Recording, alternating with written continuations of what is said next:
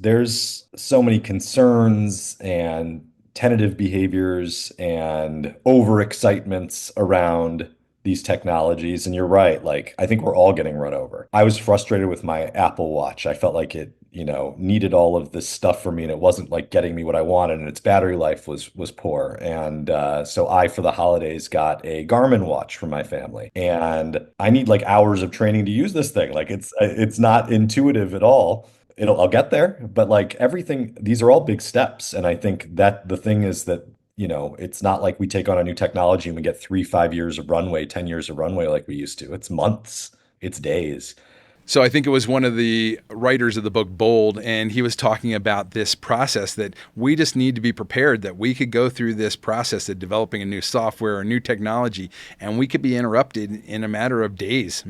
And, it's just going to be part of this future that we're living in this AI age. And I think that's another part, not only just the rapid movement that we have to in the speed at which things are happening, but the emotional being able to take the change and being able to handle it emotionally is going to be something that we're not quite prepared for. Yeah, 100%. And I think, we're all in that mindset of openness at different degrees right now. But for me, as I think about how to try to move as quickly as possible without overwhelming, without adding undue stress, I'm really trying to just figure out how to get rid of noise because I just need to appreciate that I'm not going to keep up and that I, very quickly am going to be a dinosaur if I'm not already. But I think noise is sort of the biggest enemy of the mid-career, late career person, where it's just like, how do you keep your mind open? How do you just digest a little bit? How do you just get a little bit better each day, right? Again, thinking back to sports, it's like those great athletes just had one very clear vision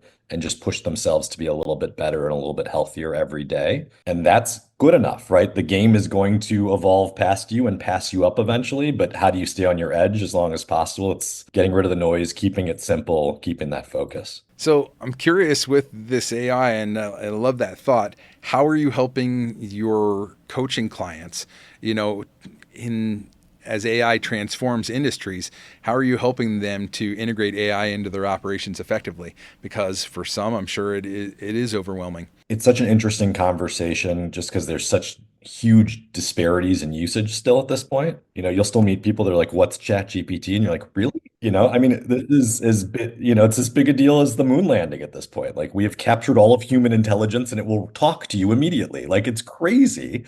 The thing that we are primarily supporting clients with across all of our organizations in terms of AI is really how to think about how to free up time, right? And how to ask thoughtful questions of it. I think it's a dumb example, but it was a fun one. My daughter has been home for winter break and we've been trying to figure out everything to fill time.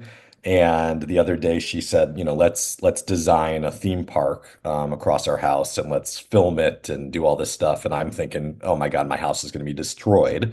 And so I'm like, let's conceptually design it. Let's build a map. Let's do.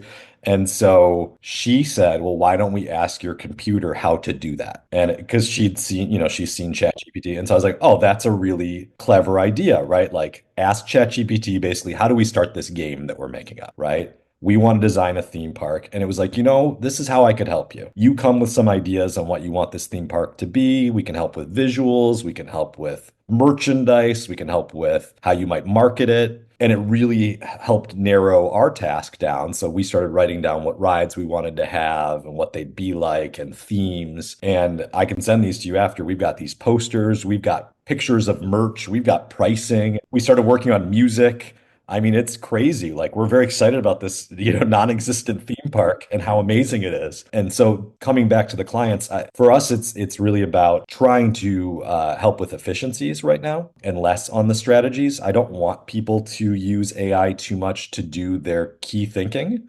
I want them to use it more as a time saver and as an ability to iterate to get to a better answer. I think when people come with a blank slate and it's just like, how do I win as a marketing firm? It's like, you're going to get the average answer. It's the same as if you looked it up on Google, right? But if you say, hey, this is how we do, and this is where we are, and this is what we're struggling with, you might get some very interesting and helpful feedback in that way. I think it's really important to put as much information in as possible.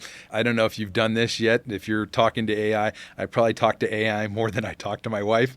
But there was a question that came up to ask ChatGPT, what do you know about me that I might not know about myself? Oh, wow. And it is fascinating what it comes up with. You're like, wow, that's pretty accurate. Especially if you use it for everything. It's pretty amazing. So I think the more information you put into it, the more context and understanding what the problems and understanding how to prompt it, and then when you're not getting good information out, and that's the I think a real skill to understand is like, how do I use this as a tool, not just as a crutch, right?